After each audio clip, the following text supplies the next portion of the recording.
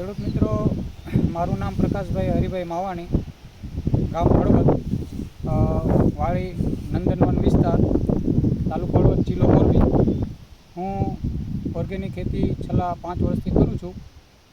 મારે અત્યારે જીવામૃત, ગૌમૂત્ર બેક્ટેરિયા અને બાયોગેસ સ્લરી આ 3 પ્રકારની ખાતર, સેન્દ્રિય ખાતર કહીએ તો એ પણ હું ઉપયોગ કરું છું. મારા દાડમની અંદર મેં બાયોગેસ સ્લરીનો ઉપયોગ કર્યો છે. એનું આપણે અત્યારે રિઝલ્ટ જોશું, જે નો ઉપયોગ કરીને શું આપણે ઉત્પાદન મેળવી શકીએ એના માટે આપણે અત્યારે આ વિડીયો બનાવીએ છીએ. તો જો મિત્રો, આ દાડમ છે. અત્યારે દાડમની અંદર સારો એવો માલ લાગેલો છે. અત્યારે દાડમ લગભગ 5 ફીટ 20 કિલો ઉપરે એવી સંભાવના છે. અને બાયોગેસ સ્લરી મેં અત્યાર સુધી 3 ડોઝમાં 20 લીટર અને છેલ્લે લાસ્ટમાં 10 લીટર એવી રીતે આપેલું છે. અને એ સ્લરી હું જાતે જ બનાવું છું, બાયોગેસ સ્લરી. અને રાસાયણિક ખાતર પણ ઉપયોગ કરું છું, નહીવત પ્રમાણમાં ઉપયોગ કરું છું. 50%ના ખર્ચમાં મારે અત્યારે દાડમનો આ માલ લાગેલો છે. બાયોગેસ સ્લરીની અંદર 12 પ્રકારના બેક્ટેરિયા હું અંદર ઇન્વોલ્વ કરી બાયોગેસ સ્લરીની અંદર પ્લાન્ટમાં જાતે જ આપણે ફર્મેન્ટેશન કરીએ છીએ. એ ફર્મેન્ટેશન કર્યા બાદ એને 2 વખત કાઢવાનું, કાઢ્યા બાદ ડ્રીપમાં આપી દઈએ છીએ. ડ્રીપની અંદર આપવામાં 50 લીટરનો માપ છે. એમાં 20 લીટર અને 10 લીટર, અને એ જ સ્લરીનું અત્યારે આપણે રિઝલ્ટ જોઈએ છીએ.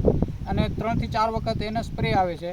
એમાં ફૂગનાશક, કીટનાશક અને છોડના વિકાસ માટેના બેક્ટેરિયા છે. અને ડ્રિન્ચિંગમાં જે ડ્રીપમાં હું આપું છું એ પણ છોડના વિકાસ માટે કીટનાશક અને ફૂગનાશક, જમીનજન્ય ફૂગને પણ નુકસાન કરતી ફૂગને પણ એ અટકાવે. માઇકોરાઝા છે, બેવેરિયા બેસિયાના, મેટારિઝમ, સુડોમોનાસ, NPK, આવા બધા બેક્ટેરિયા ઇન્વોલ્વ કરીને હું એક સ્લરી બનાવું છું. એ સ્લરી, એ ટોનિક, અને એક સ્લરી બન્યા બાદ પછી એ ડ્રીપમાં હું આપું છું. અને એ ડ્રીપ દ્વારા આપ્યા બાદ અત્યારે ભરપૂર મોસમ, વાદળછાયા વાતાવરણની અંદર આપણે જોઈએ થોડું ઘણું નુકસાન બતાવે છે, જેમાં ફૂગ લાગી ગઈ છે અમુક દાડમની અંદર, અને બીજું નુકસાન નહીવત છે.